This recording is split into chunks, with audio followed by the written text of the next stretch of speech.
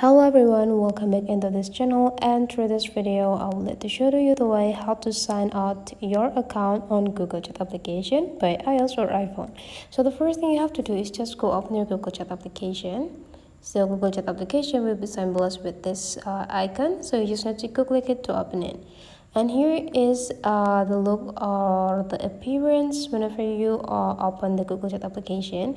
And if you can see here, there will be no sign out button on this Google Chat application. So the way to sign out your account from the Google Chat application, you just need to go click your profile picture right here, and after that you just need to go click this manage account on this device.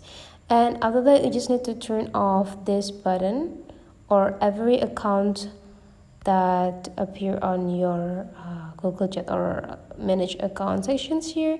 And after you're done, you just need to go click done.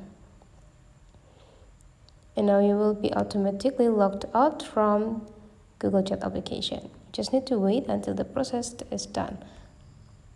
So now you are officially logged out or signed out from the Google Chat application. So that's the way how to sign out your account from Google Chat application. Hopefully this tutorial today is useful for you guys. So don't forget to leave some comment, like, and subscribe into this channel, and I'll see you for the next video.